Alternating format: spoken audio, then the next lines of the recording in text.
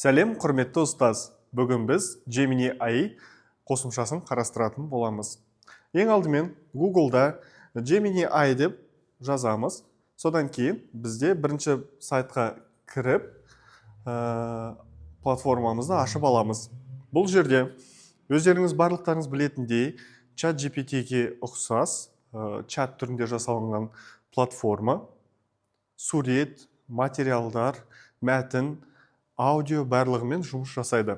Мысалға, спросить Gemini деген бөлімге біз жазамыз. 7-ші сынып информатика пәні бойынша бізге қысқа мерзімді жоспар жасап бер деп сұраныс жасаймыз. Байқасаңыздар, әріптестер, информатика пәні 7-ші сыныпқа арналған сабақ жоспарын бізде жасап шығарып отыр.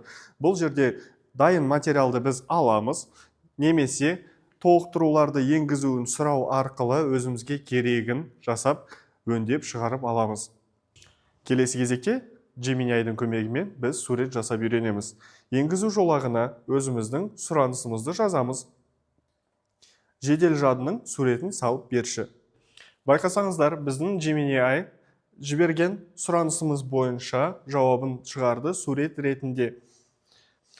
Енді Gemini AI-дың көмегімен біз материалдарды, құжаттарды өңдеуді үйренеміз. Ол үшін біз мына қосу картинкасын басамыз. Өзіміздің керекті файлымызды таңдап алғаннан кейін астына жазамыз. Енгізу жолағында біз көрсетеміз. Бізге бұл құжаттың ішінен не қарау керек, қандай мәлімет бізге керек, және де қандай ерекшеліктерін байқау қажеттігін біз енгізу арқылы өзімізге қажетті результатты көре аламыз. Біз жазамыз, қысқаша мазмұнын жазып берші дейміз. Және көп ұзамай өзіміздің жауабымызды аламыз. Жауабымыз бізде мәтін түрінде. Егер де біз бұны толықтыратын болсақ, таблица түрінде де, және де басқа Google Sheets немесе Google Project арқылы жасап бере алады. Қорытындылай келе, біз Google Gemini AI-дың көмегімен өзіміз құжат жасап үйрендік, сурет генерировать етіп үйрендік, және де әртүрлі файлдардан, материалдардан мазмұнын шығарып үйрендік.